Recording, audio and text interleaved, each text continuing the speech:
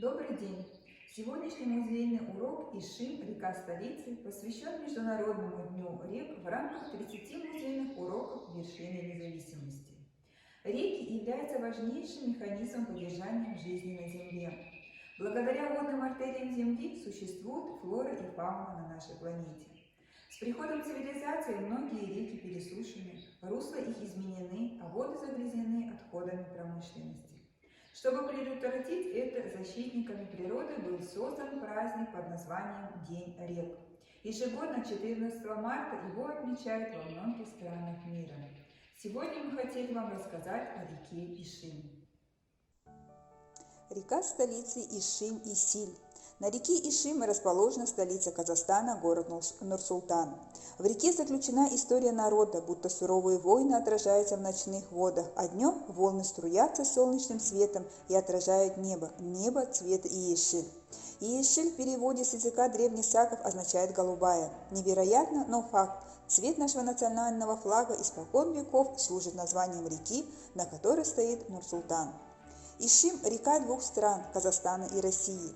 Длина ее 2450 километров, из которых большая часть принадлежит Казахстану, где в невысоком горном массиве Нияз Осакаровского района Карагандинской области и находится ее исток. Территория современной Акмолинской области была освоена древним человеком в Ашель-Мусьельское время, о чем свидетельствуют находки архаических каменных орудий в верховьях Ишима среднего течения СРСУ. Древние насельники занимались охотой, рыбной ловлей, обработкой шкур животных, собиранием разнообразной растительной пищи. С эпохой неолита связано зарождение здесь скотоводства и земледелия. О том, что земледелие развивалось по берегам рек, говорят найденные орудия труда, бронзовые серпы, ножи, мотыги.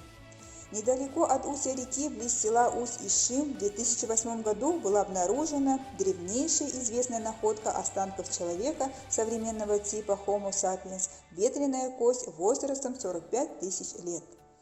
Народное предание также гласит, что река Ишим получила свое название от имени сына татарского хана Кучума Ишима, который утонул в безымянной реке, названной позднее в его честь.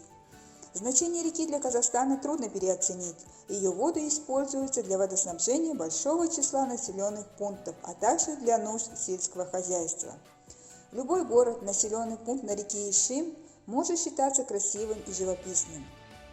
Туристам, путешествующим по данной местности, как правило, открываются совершенно разные картины.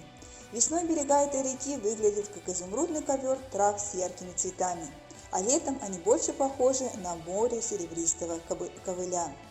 Правда, ближе к концу лета картина становится более унылой.